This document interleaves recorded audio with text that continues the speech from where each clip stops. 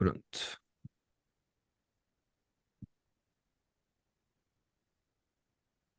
Olá a todos, muito boa noite. Bem-vindos.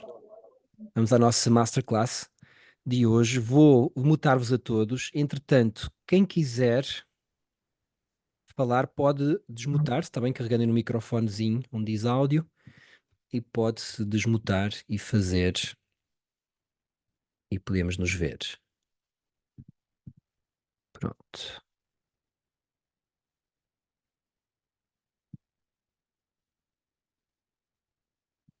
Então vamos já começar. Eu só queria ver-vos que eu fiz spotlight. Está aqui. Vamos lá. Agora sim, encontrei.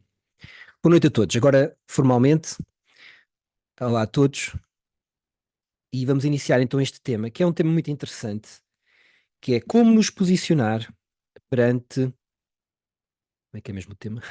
Como nos posicionar perante problemas difíceis, ou seja, soluções, situações difíceis que nos temos que posicionar, que a vida nos vai trazer. É curioso este momento, nós temos sempre ao longo da vida, vamos ter. A vida é cíclica, não é? Tem muitos ciclos, e é um tema muito interessante.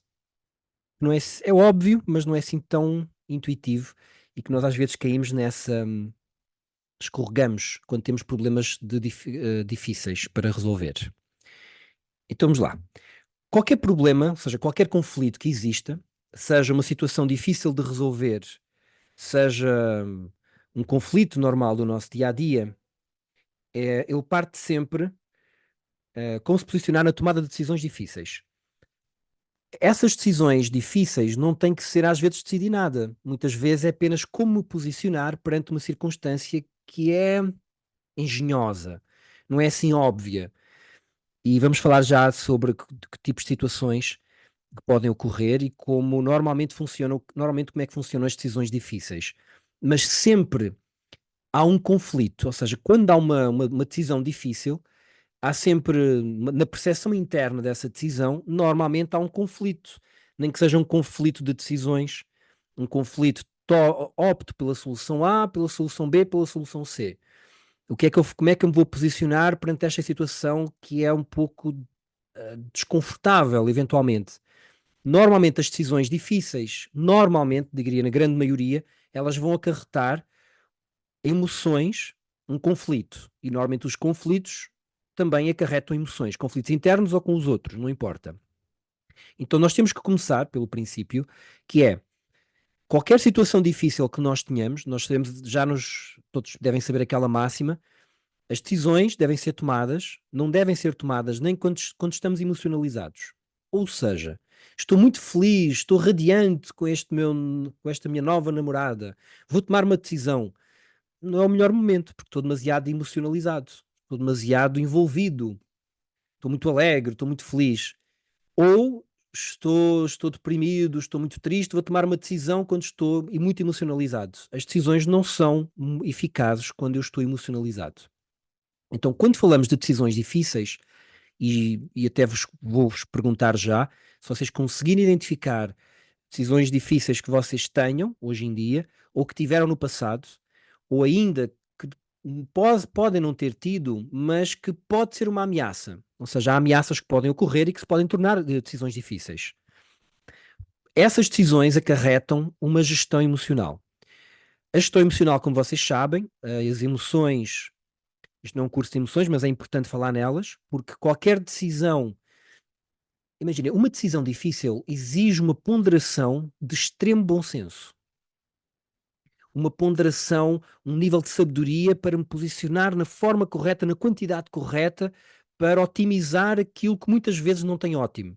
Se houver aqui alguém que seja de economia, muitas vezes as decisões que são realmente difíceis na vida é um equilíbrio de Nash. Não sei se sabem o que é o equilíbrio de Nash. Nash ganhou, enfim, houve um filme sobre ele que é uma mente brilhante. O equilíbrio de Nash, não vou estar agora aqui a explicar, mas são dois prisioneiros, aquilo é um dilema, mas basicamente os prisioneiros nunca têm o melhor dos cenários. Ou seja, a melhor estratégia deles é um resultado ponderado que nunca é o resultado perfeito. E normalmente decisões difíceis, do que eu tenho observado, e cada vida é uma vida, estamos a falar de situações de vida, então vai variar muito de pessoa para pessoa, mas normalmente as decisões difíceis nunca têm um ótimo perfeito. O melhor é isto, porque é o que eu gosto mais, é o que vai. Não. O melhor não é possível, às vezes nem é um second best, é um third best. E tem que ser uma decisão ponderada entre vários vetores. Para eu conseguir ter a destreza, a lucidez, o engenho de me posicionar da forma mais eficiente possível, é importante eu perceber que tenho que zerar as emoções, tenho que estabilizar as emoções. Normalmente as emoções, quando é uma emoção comum, eu tenho que a parar porque ela é exponencial. A emoção, se for parada naquele momento inicial que ela surge, surgiu aqui um ciúme. Paro já aqui. Basta um dedo pequenino. Eu paro a emoção ali, ela parou. Normalmente, com uma respiração estável e profunda, nós conseguimos fazer isso. Com um tipo de respiração que tem um nível de estabilidade grande e uma amplitude grande. E ela para ali naquele momento.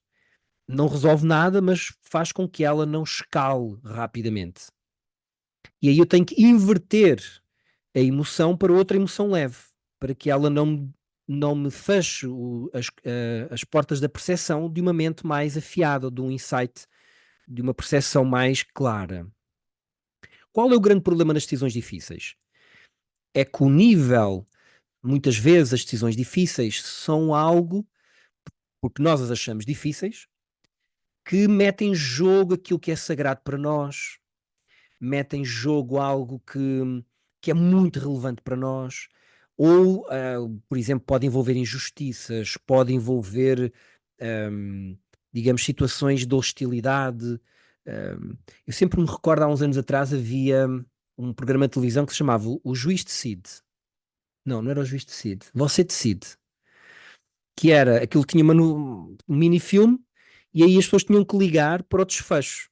Imagina, é uma mãe que detecta que o filho é toxicodependente e anda a roubar. E a polícia anda atrás dele. E o dilema é: digo que o meu filho é a pessoa procurada ou não digo? E depois aquilo vai tendo vários meandros da história. E na altura eu sempre me recordo de pensar e precisava de mais informação. Porque a informação, enfim, era colocada ali de uma forma mais básica. E porquê que era você decide? Porque não era óbvio. Para uns era melhor uma coisa, para outros era melhor outra. E nas decisões difíceis que nós temos que tomar, um dos patamares mais importantes é quando eu projeto, ou seja, tenho que parar as emoções, mas um patamar importante é quando eu projeto a minha decisão no longo prazo, há algum nível de arrependimento que possa surgir desta decisão ou não. Imaginem, estou numa situação de trabalho, relacionamento afetivo, de algo que eu valorizo muito, mas aquilo não está bom. Tá, se eu agora não tiver à altura, eu vou-me arrepender de não fazer isto? Às vezes é interessante, apesar de ser pela negativa, é interessante eu ter essa perspectiva. Mas vamos dar um passinho atrás. Em relação às emoções, muitas vezes, quando é algo visceral, eu preciso de saber canalizar as emoções com muita destreza, com muito poder. E como é que eu consigo fazer isso? Tem que ser através de trabalho intensivo. Ou seja, especialmente trabalho que eu gosto de fazer. Então, imaginem, tenho uma decisão difícil para tomar. Vai trabalhar um dia ou dois e não tomas decisão nenhuma. Obviamente, tem que fazer respiratórios, tem que fazer a prática. As nossas técnicas de mindfulness, de reprogramação emocional, ou seja, técnicas de limpeza das emoções as we go, no dia a dia. Normalmente, as pessoas, o que é que acontece? Elas vão acumulando um saco cheio de emoções pesadas, densas, e quando explode, aquilo explode. E nós devíamos ter a higiene de ir limpando todos os dias, limpando, e essa limpeza é não só para retirar as emoções que possam ser densas, mas principalmente pelo cultivo das emoções leves. E na última aula que fizemos, alguns de vós estavam na aula, nós temos que aprender a sintonizar com emoções de altíssimo calibre. O ser humano vive viciado em emoções. Nós precisamos conectar com esse calibre de emoções. Mas são raras, compaixão, amor puro com A grande, sabedoria, tolerância, enfim. É importante desenvolver essas emoções, senão ficamos naquelas emoções do dia a dia, das novelas, enfim. E das séries, que ainda são piores. A novela é uma série. Pronto. Uma forma de eu, ou seja, fazer essa limpeza emocional, sem estar a dar aqui um curso de emoções, é através de trabalho, ou físico, ou trabalho mesmo real. Eu gosto de escrever, então escreve livros. Eu tinha uma aluna que era cozinhar, ela ia para a cozinha, fazia bolos e bolos e bolos e bolos durante a noite toda. Eu gosto muito de andar. Andar a pé. Mas quando andar não dá, tenho que trabalhar mesmo. Em algo que me realize. Então vamos lá. As emoções são mais densas do que a parte corporal. São muito mais sutis, perdão, do que a parte física. E são muito mais densas do que a parte mental. Por isso, qualquer tipo de raciocínio envolvido em emoções é um raciocínio falho. Eu estou a dar muita importância às emoções porque em decisões difíceis, normalmente as decisões vêm erradas por falta de gestão emocional. Esse é um dos aspectos. Para eu, mas tenho que decidir agora, tenho aqui 3, 4 dias e estou emocionalizado. Não deve decidir logo, vai andar a pé ou vai fazer coisas que gosta muito. Andar a pé porquê? Porque é uma atividade física. Quando eu aciono o físico, a emoção não se pode manifestar tanto, ela é reduzida. Ou então trabalhar mesmo. Eu gosto de fazer cenários, então vou fazer cenários. Vou trabalhar já os cenários do próximo mês todo. Até ficar bem cansado fisicamente de construir aquilo tudo. Pronto. Aí eu fico com as emoções mais estabilizadas. Sem essa estabilização, normalmente nós cometemos erros. Os grandes erros cometidos, que nós vemos até nas capas dos jornais, são um erro, são um impulso de momento. A pessoa tem um impulso, aquilo, quando vem aquela emoção e ela escala, ou seja, quando a emoção se torna corporal, por exemplo, imagina, se tenho lá um medo, vi que o medo vai aparecer e eu vi lá aquele medo atroz. Eu fiz aqui a careta do medo. Pronto, aí já explotou aquela emoção e é uma bola de neve. Provavelmente vou tomar as decisões erradas. Sem gestão emocional, eu tenho muita dificuldade em tomar qualquer tipo de lucidez. E o que é interessante na gestão emocional, e quando falo de gestão emocional, não se trata apenas de saber gerir as emoções, porque a nossa capacidade emocional, observem, por exemplo, uma criança. O problema emocional de uma criança de 15 anos é um. O problema emocional de uma pessoa de 30 é o outro, completamente diferente. Aquilo que deixa uma criança de 15 anos completamente fora de si, se calhar deixa uma pessoa de 30 ou de 40 tranquilo. Não é nada demais. Mas aquilo que, sabe, estão duas crianças a lutarem por um carrinho ou por uma coisa qualquer. Chega um pai e diz assim: não se chateiem com isso não faz, não tem problema nenhum, é só um carrinho. Para um pai, já não há problema. Mas se chega o pai de outra criança e diz assim: olha, desculpe lá, mas não aceito que diga sugestões ao meu filho. Ou aí já é um problema à altura do pai. Mas se tiver o pai do pai, se calhar diz: vá, deixem lá isso, vocês só querem o melhor dos vossos filhos. Enfim, só para dizer um pouco que a maturidade emocional é algo que se conquista. E nestas coisas, nós temos uma máxima que é super importante eu deixar convosco, que é: eu tenho que estar preparado para quando eu precisar. Ou seja, estou numa situação muito difícil. Eduardo, o que é que eu posso fazer? Pouquíssimas coisas. Porque é a mesma coisa, tenho uma cárie, o que é que eu posso fazer? Agora temos que tirar a cárie. Em termos de higiene, já não há nada que eu possa fazer. Então sempre funciona melhor quando eu aplico algo antes de eu precisar. Por exemplo, há várias técnicas de gestão de stress, técnicas de limpeza emocional, técnicas de emancipação emocional. Não, eu vou fazer isso só quando precisar. Não vai funcionar. Porque eu estou com um estímulo de emoções densas, como é que eu agora vou tentar colocar-me lá para cima? Eu tenho que fazer quando eu não preciso. É por isso que normalmente este tipo de trabalho de sabedoria, de autoconhecimento, ele está ligado a pessoas que já alcançaram algumas coisas na vida, que tem a ver com a pirâmide de Maslow, aquela pirâmide das necessidades, já todos devem conhecer. Se não vão lá ao Google Pirâmide de Maslow, ou seja, se eu estou com fome e estou a lutar no meu dia a dia para comer, é-me difícil pensar em filosofia, em propósito de uma vida, em significado da vida, causas de uma vida. É mais difícil, que eu estou com medo de perder a vida nas bombas que estão a cair. Se calhar não penso muito nisso e vai ativar outra parte da minha sobrevivência. E no topo da pirâmide de Maslow está o autoconhecimento, está a emancipação, então é relevante.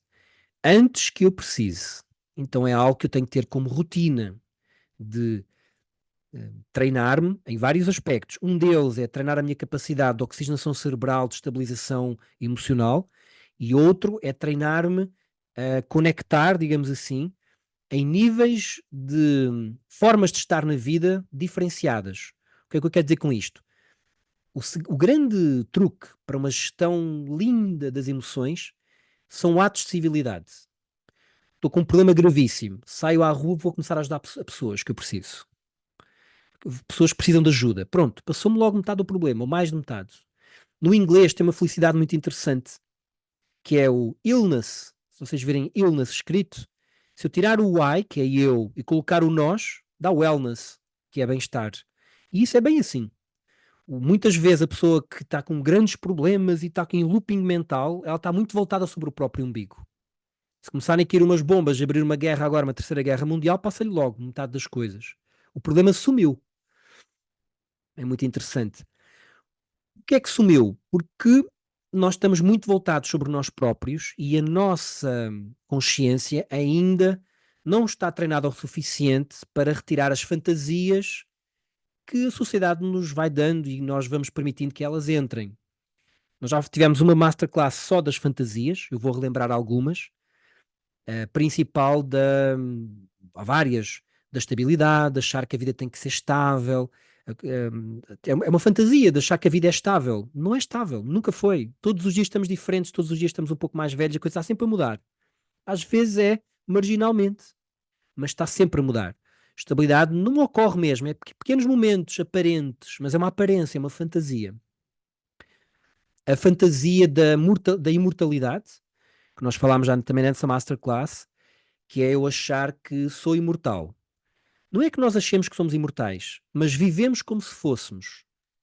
E nesse aspecto, não é eu achar que todos os dias tenho que estar a pensar na morte, e se posso morrer hoje e posso morrer agora. Não é isso. O que eu tenho é que estar preparado para a morte. O que é estar preparado para a morte? Eu entender, refletir. Nós temos um livro que ensina isso. Quem quiser, vá lá, ou peça-me no final lá no grupo que eu coloco, que se chama assim: Você está preparado para a morte? É um livro muito divertido e bem-humorado, que só podemos ler se ninguém tiver morrido naquela altura, tá? Antes que eu precise. Se alguém tiver morrido, não é o momento certo. E o que é eu estar preparado para a morte? É eu entender as regras do jogo e interiorizá-las. Que se hoje for a última vez que eu vos falo, está tudo certo. Eu fiz o que tinha que fazer. Eu estava no sítio certo a fazer aquilo que eu queria fazer, a contar que se for a qualquer momento eu estou a fazer aquilo que tem que ser feito. E a partir daí, a vida tem que ser é vivida dentro dessa mecânica. Vai exigir reflexão, um pouquinho de maturidade e reflexão. Então, essas são as fantasias. Há uma coisa muito curiosa. hum, por exemplo, agora no Rio Grande do Sul, eles tiveram uma grande calamidade. Ou seja, uma grande calamidade mesmo. São 350 cidades com milhares e milhares de pessoas sem casa que perderam tudo. Imaginem vocês agora, imaginem que vocês não estão em casa e de repente vocês só têm a roupa que está no corpo. Os bens, as fotografias, tudo, o computador que estava em casa foi tudo. Desapareceu tudo. Assim ficaram milhares e milhares de pessoas. E normalmente, quem quiser leia aquele livro chamado Humanidade, recomendo. Nestes momentos, há sempre um ou dois engraçados que vão roubar e aproveitar-se da situação. É a minoria. É a grande minoria. A grande maioria, e que nós vemos nos nossos colegas do Brasil, com grande orgulho, eu vejo os nossos colegas do Brasil arregaçar as mangas e nós doámos um caminhão inteiro de colchões. Vocês doaram naquela prática que nós organizámos para angariar dinheiro. Um caminhão inteiro daqueles caminhões de tiro, cheio de colchões para as pessoas poderem dormir. Muitas pessoas mudaram de estado e estão lá a ajudar. E porquê é que as pessoas não tinham essas atitudes de tamanha humanidade quando não havia um problema?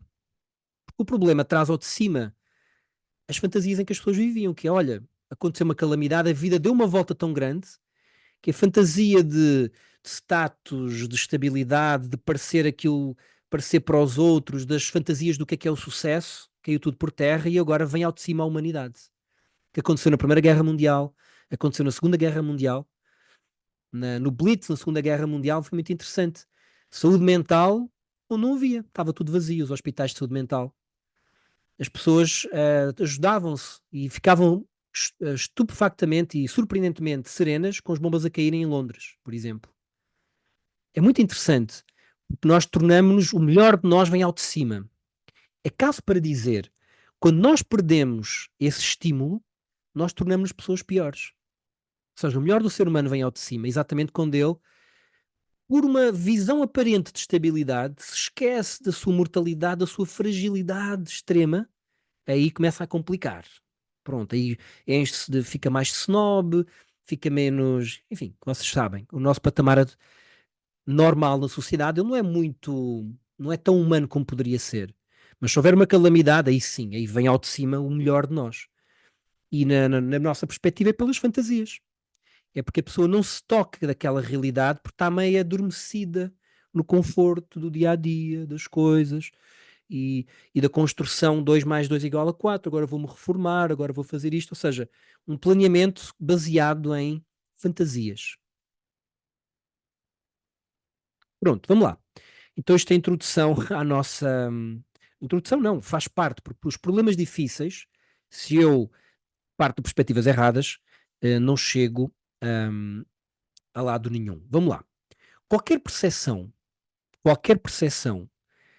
de uma pessoa, de um problema, de uma circunstância, não, de uma circunstância, ela vai depender sempre de seis coisinhas, que são cada circunstância que nós analisamos. Nós vamos analisar aqui um problema, por exemplo, do Rio Grande do Sul. Eu vou inevitavelmente incorporar nessa observação, seja um problema, seja uma decisão que eu tenho que tomar, as minhas próprias expectativas. É, é, é muito difícil para um ser humano não colocar as suas expectativas em algo, é uma coisa chamada wishful thinking, em inglês, que é, eu gostava muito que aquilo acontecesse, então eu coloco as minhas expectativas, não vai dar certo. E às vezes não está a dar certo, mas como eu gostava muito que desse certo, isso acontece muito, por exemplo, nos relacionamentos. Um apaixona-se, mas vai dar certo. E aí entra e apaixona-se mais quando não devia, porque os sinais não são para apaixonar mais. Por uma expectativa que é falhada. Outro aspecto é os nossos temores. Se eu tenho muito medo que algo ocorra, eu tendo a colocar um medo extraordinário na minha observação daquela circunstância. É inevitável. Se eu tenho medo que o meu filho vai trabalhar para São Paulo, que ele seja assaltado, eu já estou muito preocupado. Eu começo a colocar uma série de layers que vai fazer com que aquela decisão, aquela minha perspectiva daquela decisão que eu vou ter que tomar, pese pior do que o que se calhar será na realidade, porque eu tenho temores, tenho um temor adicional. Outro aspecto é os meus anseios, aquilo que eu anseio, que também está ligado a essa área que interfere connosco, ou as experiências passadas. Então, eu tenho uma história muito engraçada que uma vez eu estava nos Pills ainda do exército e eu trabalhava no Great American Disaster, que é uma hamburgueria que ainda existe hoje no Marquês de Pombal. E eu era muito forte, eu era mesmo, fazia ginástica, enfim, era um atleta modelo. E muito forte mesmo. Fazia remo indoor, fazia ginástica, fazia tudo. Levantamento de pesos e até campeonato de braço de ferro nós fazíamos. Fazíamos tudo, que era um atleta, os Pills era muito voltado. Pergunta ao Poiares, ele disse aí ao Luís, é um colega nosso comum, com o Luís. E nós éramos muito esportistas. E uma vez eu vinha do Great American Disaster e na altura, na Avenida da Liberdade, havia um grupo, uma gangue de 10 a 15 miúdos, não, eram miúdos, mas tinham para aí 20 anos na altura, que vinham a assaltar as pessoas todas. Naquela altura, enfim, ingênuo, estávamos a sair e um deles começaram-nos a abordar. Ficaram assim uns 10 atrás e vieram 3 ou 4 para nos assaltar. E um deles começa-me a tirar o relógio que o meu pai me tinha-me oferecido, que estava em Macau. E a mim, enfim, ingenuidade, aborrecentemente, da aborrecência, coisas da aborrecência. Eu disse assim: vão roubar o relógio que o meu pai trabalhou para ganhar? Não, comecei a correr, desatei a correr. Ainda ouvi os passos deles atrás de mim, claro que nunca me apanharam, tipo, era um desportista nato. Então o que é que aconteceu? Do Marquês de Pombal eu dei a volta por trás, parei na polícia, que havia ali uma esquadra de polícia ali na avenida, avisei que estava a ver o assalto e fui apanhar o metro ao Rocio. E o metro ia depois para Benfica, que era onde eu iria ficar, onde era dos pelos. O que é que acontece? Quando eu parei, ou seja, aquilo era Rocio, voltou a parar no Marquês de Pombal. Quando parou no Marquês de Pombal, entraram 2 ou 3 jovens e eu pensei, são estes. E eu ali tive uma noção muito clara para contextualizar esta história, onde é que eu quero chegar. Se naquele momento um deles me tivesse dito, tens horas, eu não teria dito as horas sequer. Eu teria atacado.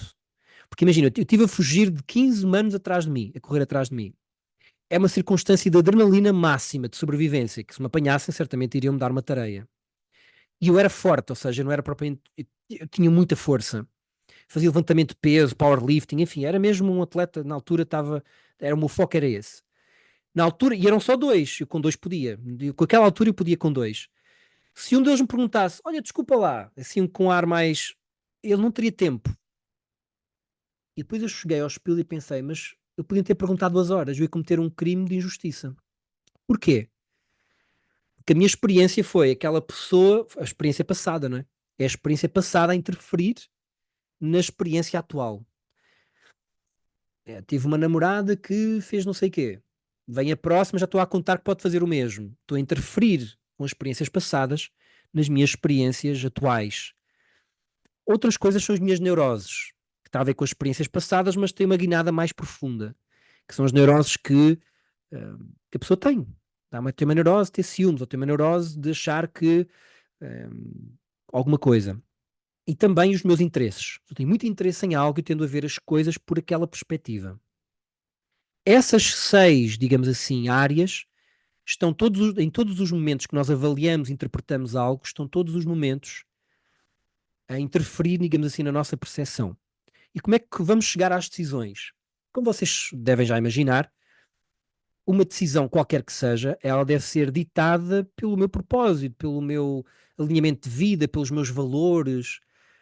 Por exemplo, se um dos nossos colegas que está aqui cometer uma injustiça qualquer, ou cometer uma ilegalidade qualquer, hum, ou uma inverdade, eu vou expor o meu colega perante o outro porque ele mentiu, ou não vou dizer nada porque é o meu colega. Basicamente a decisão é a seguinte: para mim é mais importante a verdade ou a amizade. E as duas decisões ficam ali lado a lado. Claro que depois vai depender das circunstâncias, não é? Depende da mentira. E é aqui que eu queria chegar, entrando já no tema, porque este tema depois pode se alongar muito e nós só temos 1 hora. As decisões difíceis são decisões em que eu devo primeiro estabilizar tudo o que falámos, retirar tudo o que é fantasias, e a retirada destas fantasias, a estabilidade, repetindo, porque eu vejo que as pessoas não fazem isso, eu tenho que preparar-me antes de eu precisar. Se for na altura H, vai correr atrás do prejuízo, tá bom? Então é importante isso. Eu preparar-me antes de eu precisar. Tenho que escovar os dentes antes de eu ter uma cárie. Se tiver uma cárie, aí o escovar o dente já não resolve. Tem que ser coisas mais densas, com maior e até mais custosas. Dentro dessas decisões difíceis, aquilo que nós temos que ter em mente, e que é a minha experiência, mas podemos abrir o micro e partilhar, é que normalmente as decisões difíceis nós vamos ter que ter várias perspectivas. Uma das perspectivas é os meus valores, é o legado que eu quero deixar com as minhas decisões. Mas por outro lado, depois vou ter vetores que são contrários. Nas decisões difíceis acontece isso. As decisões não são óbvias, se não eram difíceis.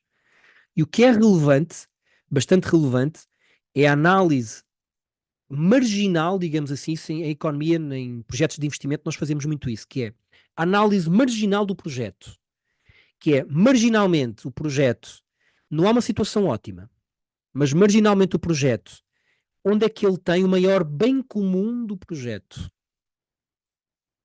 O maior bem comum do projeto, ou seja, o bem para todos os envolvidos, e em que eu não me violento, mas ao mesmo tempo me deixa com a consciência limpa de ter tomado hoje as decisões que no futuro não me vão deixar sentir arrependimento.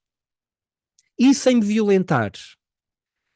E aí começamos a entrar aqui num sistema que muitas vezes é quase difícil de casar. Porque eu posso ter. Eu vou dar um exemplo que acho que é um exemplo real, porque quando falamos de exemplos reais, é sempre interessante. Como vocês sabem, minha família já foi primeiro que eu sou afortunado, está bem? Não fiquem com pena, porque o nível de amor que nós veiculamos uns pelos outros dá é um exemplo. Eu tenho aqui um quadrozinho que eu te escrevi assim: ensinámos ao mundo o que era amor, eu e a minha família. Nós, de facto, vivemos grandes histórias de amor, só que pronto, as pessoas foram um pouquinho antes, eu tenho que viver muito tempo com saudades deles, mas faz parte. Mas tenho uma prima, que é uma prima que é surda-muda, que é uma prima já em terceiro grau, mas que a minha avó cuidava e eu agora cuido. É como uma filhota que eu tenho.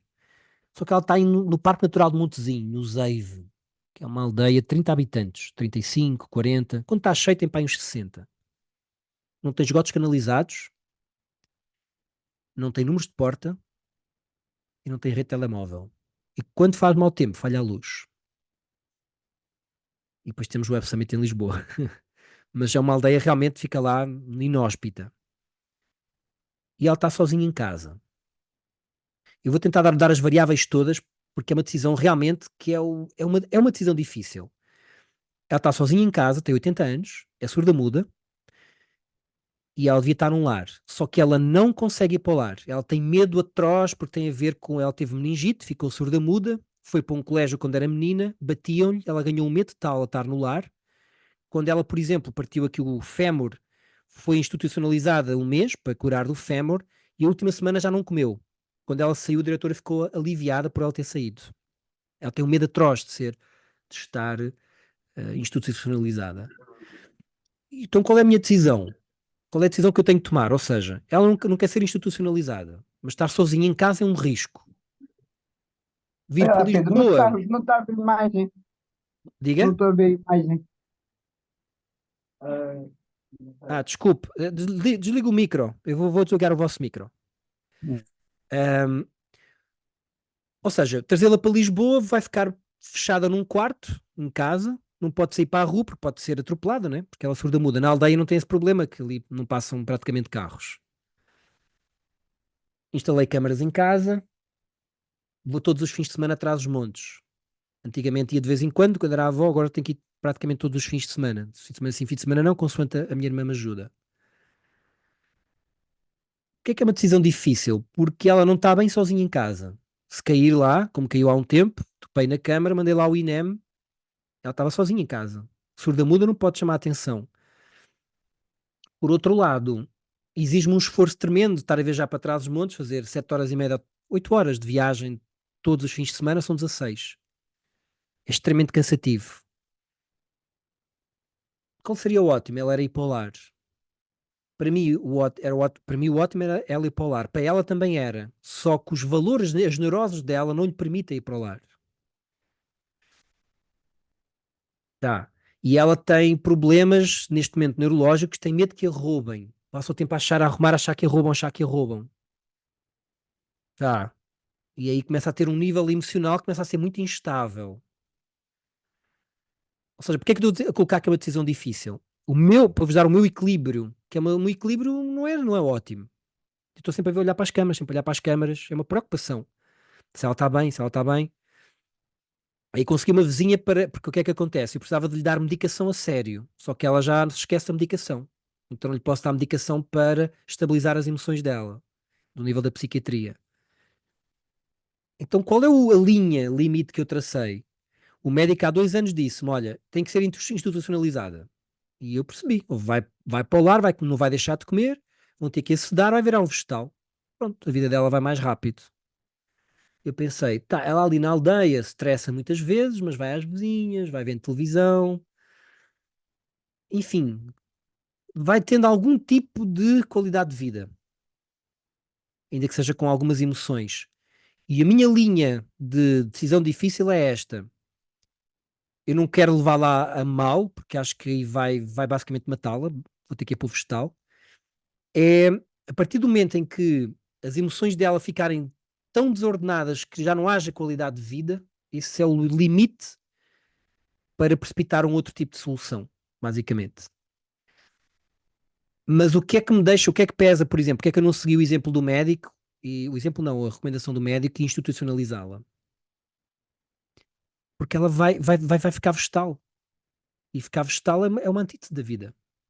E ela, eu levo, outras coisas eu vou lá, levo-a a viajar, fomos a Barcelona agora, vou estimulando o que eu posso. Então ela vai tendo umas bolsas de ar. Claro que se eu fosse viver para lá, resolvia o problema, porque ela quando está ao pé de mim fica serena. Por outro lado, eu perderia parte da minha vida, porque a minha realização está aqui nesta escola em Lisboa. Então eu tenho que fazer um compromisso entre não quero me arrepender de nada, mas também não quero sacrificar a minha vida para cuidar só de outra pessoa. Enfim, esta para mim é uma decisão que eu acho bastante difícil, porque ela é tricky. Ela não há um ótimo aqui. E eu acho que estou contente com ela, para já. Estou contente com ela, para já. Vamos lá, que decisões difíceis é que vocês têm ahm, pela frente? As situações mais complexas, norma geral, elas envolvem incerteza, um grande nível de incerteza, um grande nível de instabilidade emocional, são as mais difíceis. Por exemplo, nesta questão com ela, não me exige uma grande instabilidade emocional. Exige muito uma grande instabilidade de saúde física, porque pesa-me, 16 horas de todos os fins de semana pesa bastante. Mas não é emocional, portanto a mente consegue ficar mais estável.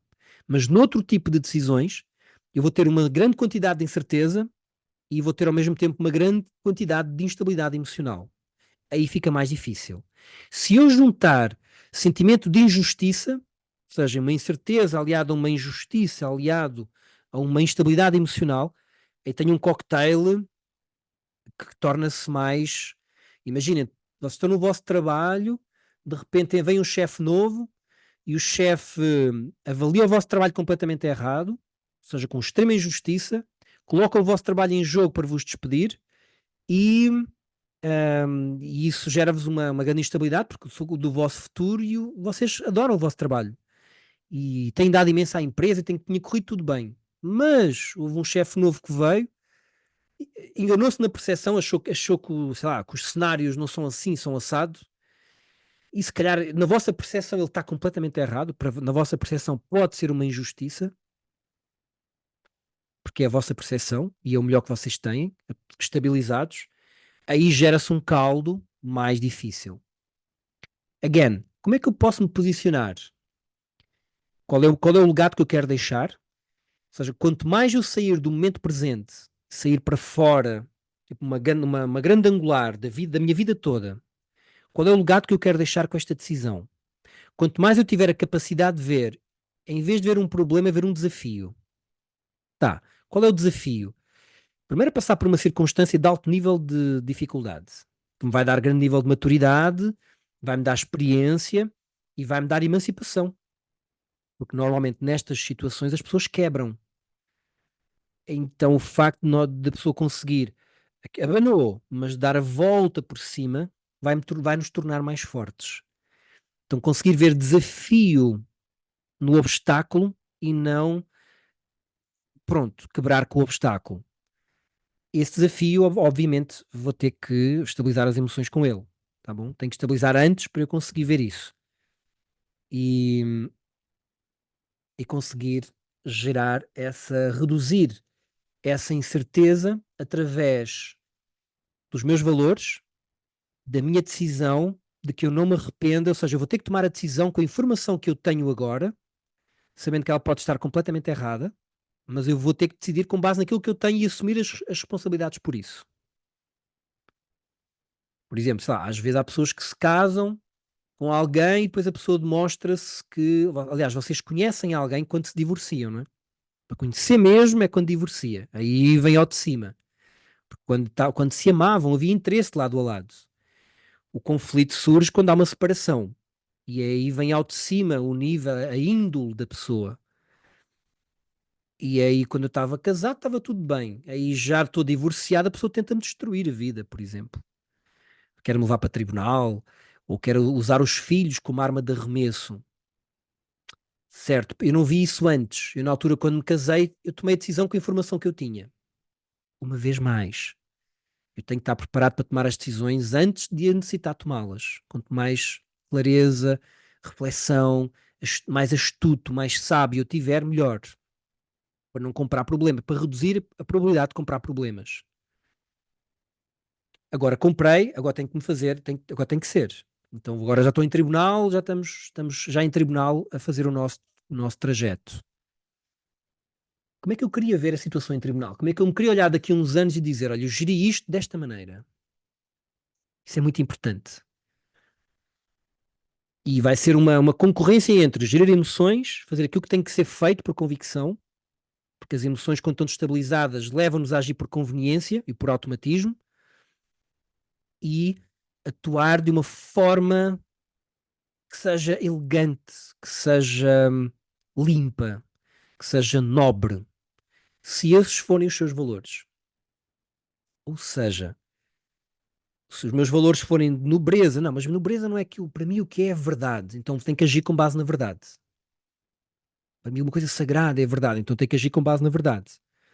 Para mim a verdade é importante, mas há tantos níveis de verdade. Por exemplo, imagina que vocês estão na vossa empresa e detectam que alguém está a gerir as finanças de forma um pouquinho tendenciosa, começa a pagar coisas próprias com o dinheiro da empresa. Faço queixa ou não faço queixa? Depende. Qual é o impacto de fazer queixa? Qual é o valor que o impacto daquele valor que está a ser roubado para o grupo? É significativo, não é significativo? O que é que uma ação aqui que vai agir em cascata, o que é que vai gerar? Se vai ser bom para o grupo ou não? Isso acontece inclusive nas decisões de liderança de uma empresa.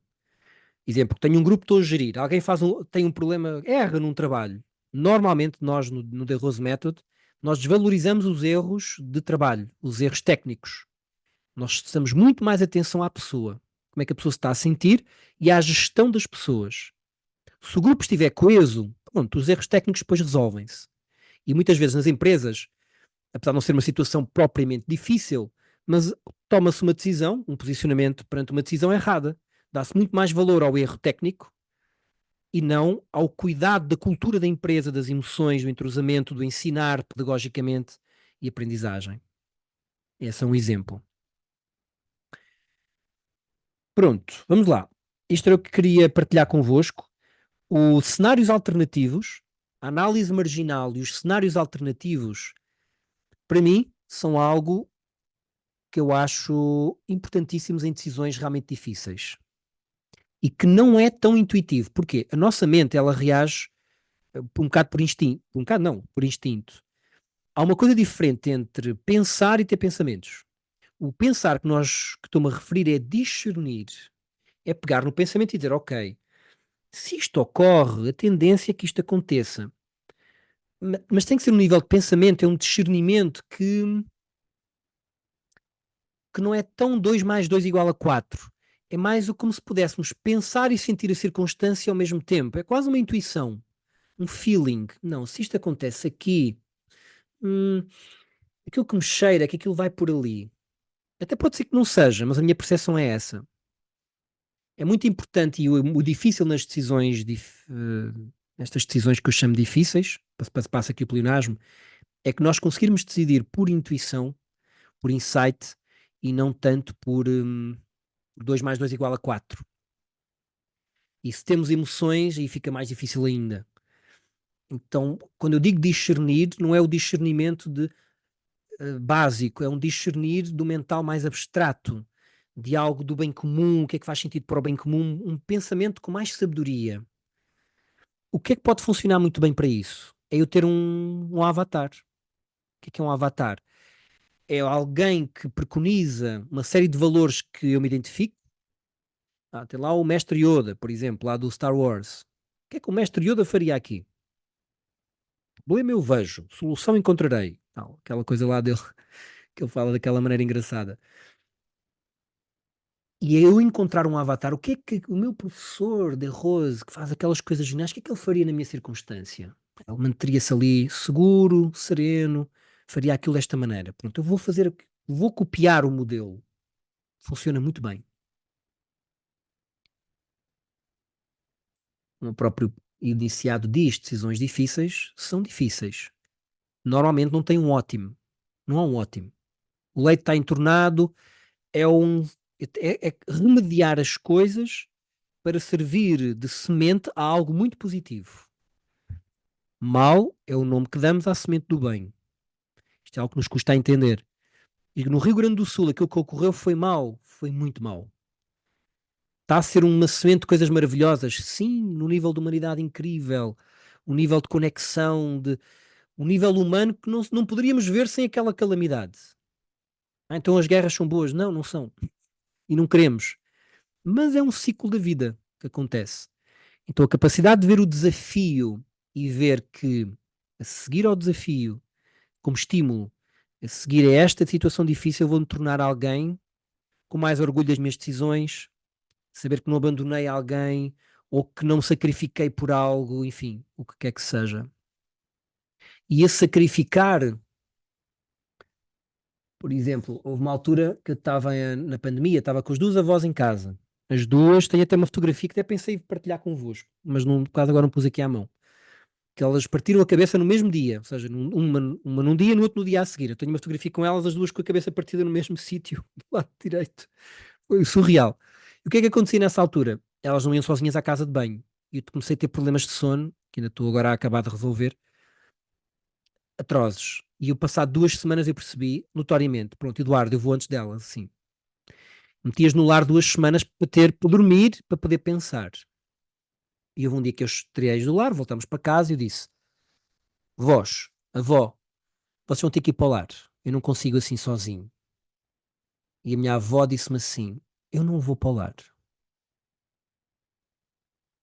E eu conheço 99% de muita gente que começaria a contra-argumentar, mas avó, como é que és que eu faço? Eu já não consigo mais, tananana, aquela história. Eu digo-vos, aquela semana, se eu não os pusesse no lar, eu tinha dado o badagaio. Eu tenho até fotografias dessa altura, estava com, enfim, muito sono.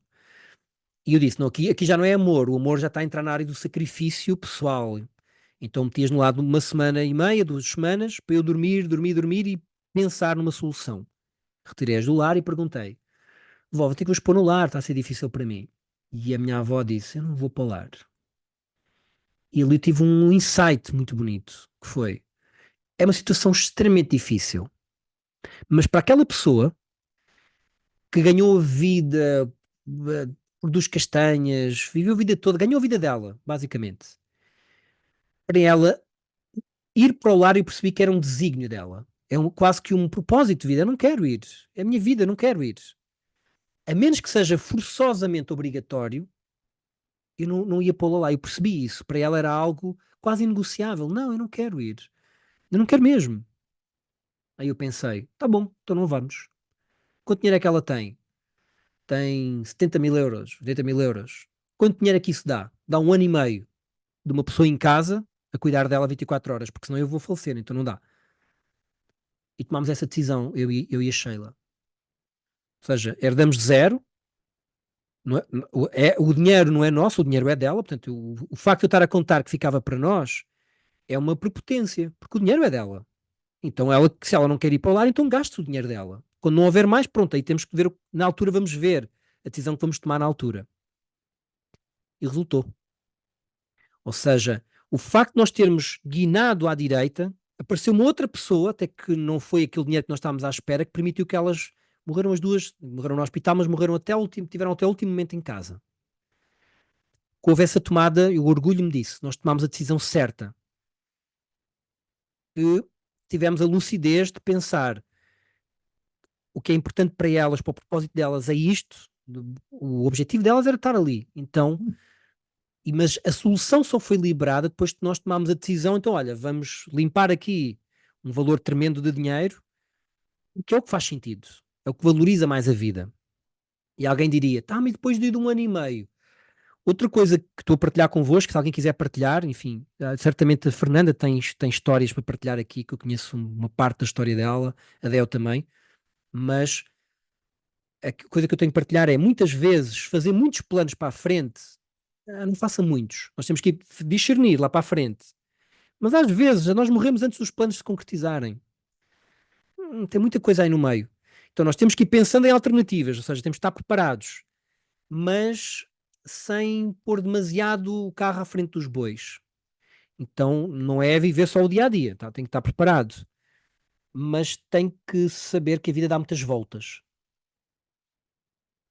Então, nesse caso, foi um orgulho muito de uma tomada de um posicionamento, de uma decisão extremamente difícil e que deu muito certo. Permitia às minhas avós morrerem em casa, entre aspas, no sentido de ficaram até à última em casa. E olhem que isso é muito importante. Muito importante para algumas pessoas, outras não. A minha tia quis ir para o lar unilateralmente, mas para elas foi muito importante, porque eu tive a lucidez naquele momento de dizer, tá bom, estou o dinheiro que gastar, mas as pessoas têm que ficar em casa. Vamos falar agora um pouco. Um, resumo, além da gestão de emoções, da gestão da sua percepção, do erradicar das fantasias e daquilo que constitui a base da nossa percepção, ou seja, como nós costumamos dizer, quem não faz meditação regularmente, quem não se habitua a parar as ondas mentais 2 vezes por dia, não há como não sentir um bocadinho de ódio, inveja e ciúme. É praticamente impossível. Porque isso está na gênese da constituição humana. Aconteceu uma coisa, vem lá uma ciúminha. Ah, mas eles deram a ele, não me deram a mim. É uma invejazinha. Porquê? Está na nossa constituição. Então nós temos que parar essa estrutura que é para nos dar afastamento dela e dizer, o pensamento está aí por ali, mas eu não quero ir por ali. Vá, vem cá, vamos por outro lado. E se eu não estiver preparado para o momento H, eu não vou estar à altura. Isso é extremamente interessante. E no posicionamento das decisões difíceis, funciona muito para mim. Por exemplo, houve uma altura com a Luísa, que é a minha prima surda-muda, que eu perguntei a uma super importante, pessoa importante, e eu perguntei-lhe, o que é que tu farias? E a pessoa disse, para mim ia já para o lar, porque eu tenho que viver a minha vida. E o facto da pessoa responder, para mim vai já para o lar, que eu tenho que viver a minha vida, lembrou-me tipo, não, mas a minha vida realiza-se a ajudar esta pessoa. Fez-me manter a minha prima em casa, por exemplo. Então, às vezes, mesmo a conversar com amigos que têm valores diferentes, para aquele amigo, certamente o melhor a fazer era ir para o lar. Ele sentir que sacrificou a vida dele em prol de algo que ele não valoriza. Já eu, sentir que abandonei alguém que faz parte do meu núcleo, não conseguiria viver o resto dos meus dias em paz. Para mim isso é muito sagrado. Não sei se é do estado dos pilos, alguma coisa no caráter. Faz-me sentir isso como uma falha tremenda. Eu estou aqui para servir, como estrutura da família. Então, mas é o meu. Vamos colocar agora do vosso lado, está bem? Senão, obviamente, saber bem os vossos valores, aquilo que, que não é negociável para vocês, é relevante. E saber também o legado que vocês querem deixar com a vossa passagem em cada momento.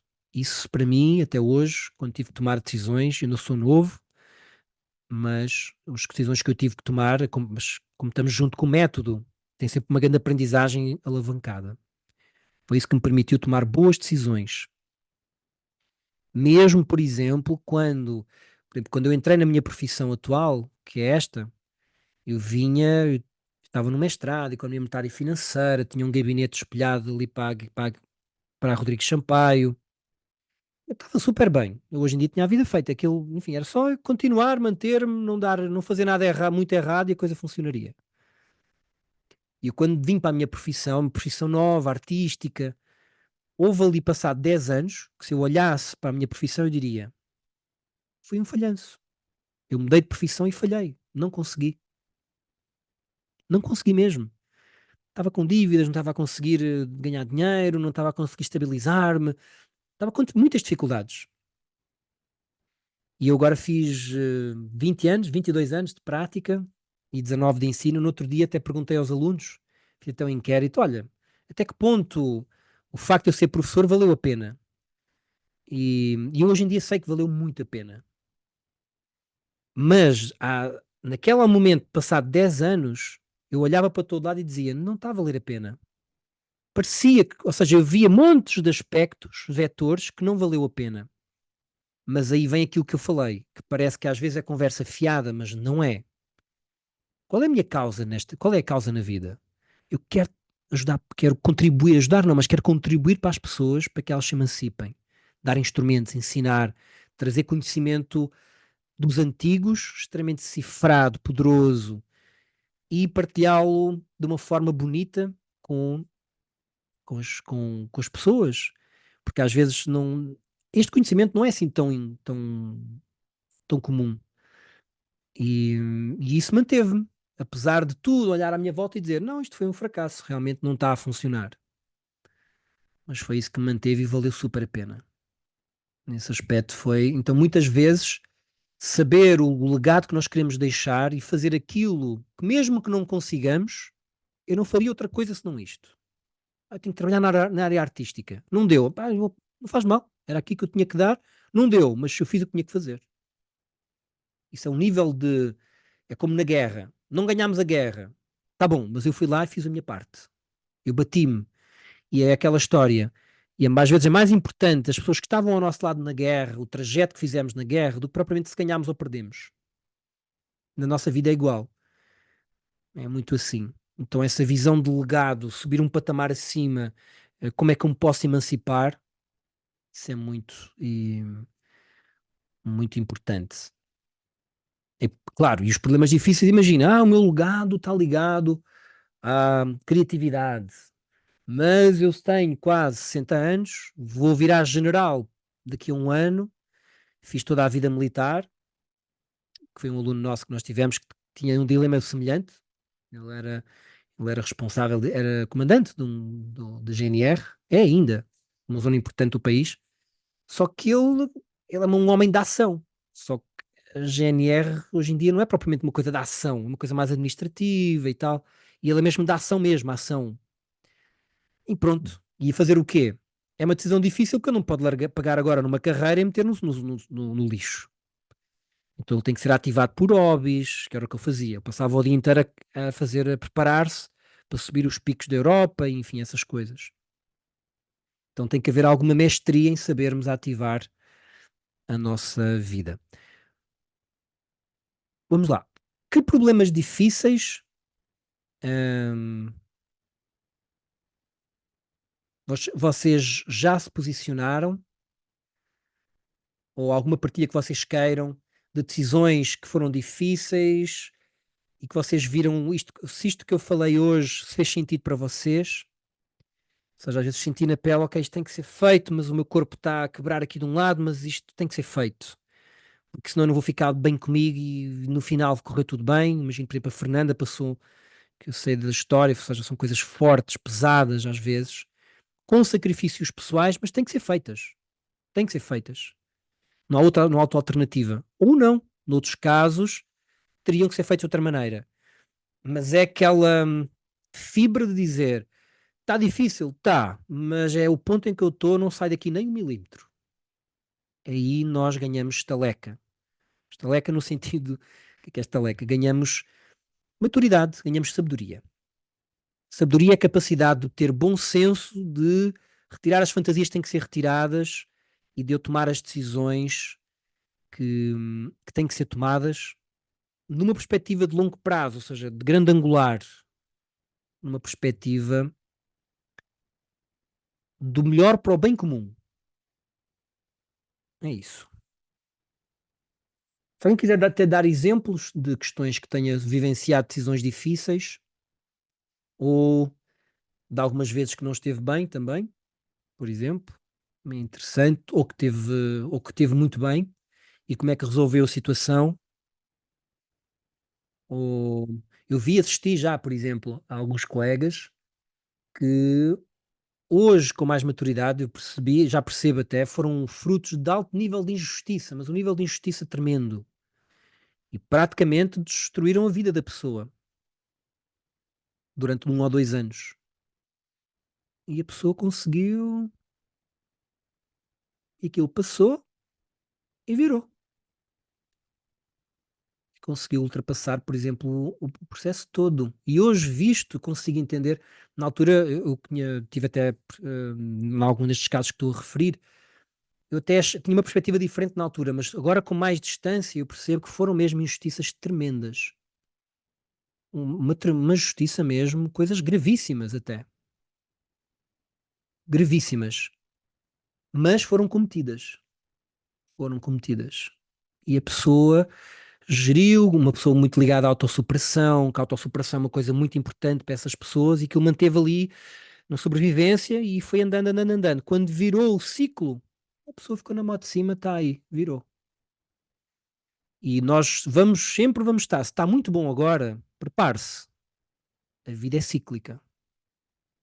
Se está mal, aguente firme, porque essa maturidade vai dar a volta e aí vamos ganhar essa maturidade. É muito interessante esse ciclo. Se está muito fácil, está tão confortável, então ganhe fibra, prepare-se. Ganhe estaleque, ganhe ritmo, cuide de cada um dos pilares da vida. Sabem o que é os pilares da vida, né? Então, pilares são pelo menos 4, né? Além daquilo que nós fazemos com paixão, que deve ser o desígnio da nossa vida, nós temos que cuidar das nossas finanças, tem que ter plano financeiro para a vida, tem que poupar, tem que cuidar dos pilares, tem que cuidar do Luís.sa, ou seja, do Luís, do corpo do Luís, das emoções do Luís, do lazer do Luís, do ócio do Luís, dos insights do Luís, tem que cuidar da pessoa em si. Às vezes a pessoa está a trabalhar e esquece completamente a sua saúde, e é um mau trade-off. Então, tem que cuidar das finanças, tem que cuidar de si, tem que cuidar dos relacionamentos.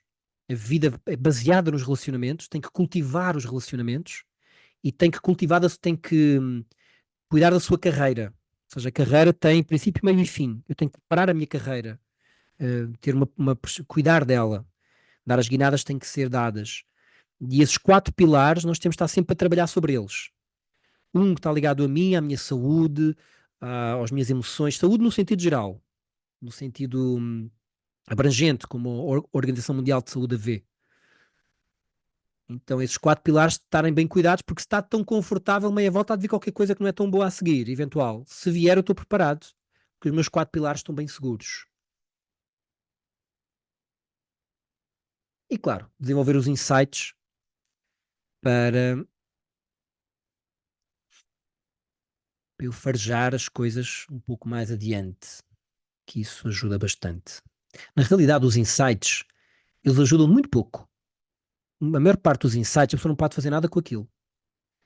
Mas tem uma vantagem, eu posso estar preparado para as circunstâncias porque eu já percebi como é que a coisa funciona. Então muitas vezes o insight é esse. Eu vou esperar até que isto aconteça, nem que seja daqui a 2 anos, mesmo que faça ao contrário, para que aquilo não aconteça, mas eu já percebi que aquilo vai acontecer, já me cheirou-me. Eu vou lutar para que não aconteça, mas é isso.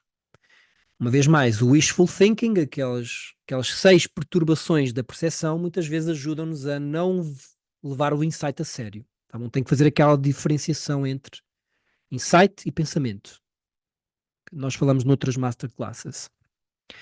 Pronto, é isto. Esta masterclass é um bocadinho genérica. Tem que ser, não é? Decisões difíceis, cada um vai ter as suas, consoante os seus valores e propósitos. Mas a reflexão era esta. Se alguém quiser partilhar histórias, já terminámos aqui um pouquinho do tempo. Mas é isso. Decisões difíceis. Outra decisão difícil. Quando meu pai e a madrasta faleceram, a Sheila foi para a casa de uma tia. E que não estava a funcionar. Elas choravam todos os fins de semana. E eu estava a estudar no mestrado, uma casa alugada. Só estava a estudar, não estava a trabalhar. E aí eu percebi, não, isto não pode ser. A criança perdeu os pais, ainda por cima agora está uma tia que não está a funcionar. E eu, sem dinheiro, fui viver com ela para a Buraca, ali ao pé da Cova da Moura, numa casa com pessoas, enfim, que trabalham na construção civil. Não era bem o nosso meio, mas assim. E o dinheiro começou a escassear. Foi uma altura muito difícil para mim. Muito difícil. Por cima tinha perdido o pai, logo ali. E foi a melhor altura da Sheila, da vida dela. nós fazíamos os dois, fazíamos vida aos dois, e consegui ali nas entrelinhas, ou seja, valorizar, enfim, não é que tinha-me posicionado tão bem, que tomei mais decisões aí em termos financeiros. Mas pronto, alguém me socorreu e a coisa funcionou. Mas consegui que a Sheila tivesse uma personalidade hoje super forte. Vocês conhecem a Sheila. E ninguém diz que ela, enfim, que o passado dela foi um passado dramático. A Sheila foi para resolvida. Em parte disso foi por causa dessa decisão. De conseguir pegar nela e não, vai ter que ser feito isto. E fomos ver os dois para uma casa, sei lá, houve um dia, eu nem posso gravar isto, eu conto-vos quando parar a gravação. Mas pronto, tem umas atitudes menos recomendáveis que chegou aqui e rebentou. Mas fiz o que era certo, estava ao pé dela, estava ali, estávamos os dois a viver numa sala que virámos quarto, que partilhámos com mais uns rapazes, e lá na buraca. Foi muito engraçado. Mas foi uma decisão também boa que eu tomei aí. Muito boa. Parte do que a Sheila é hoje foi por causa dessa decisão, certamente. Ela, está a ser gravada, ela vai ver. Vou parar a gravação. Até já. Quem está a ver, agora essa é uma história pessoal, já acabou, está bem? Até a próxima Masterclass. Quem quiser experimentar, já sabem. Não espero que aconteçam problemas. Juntos às nossas turmas de aulas teóricas e principalmente de aulas práticas para desenvolver uma estabilidade de lucidez, tá bom? Fale comigo se quiser, oferecemos sempre 2 semanas para vocês experimentarem a escola após as masterclasses, quem nunca experimentou. Um beijinho grande, até já.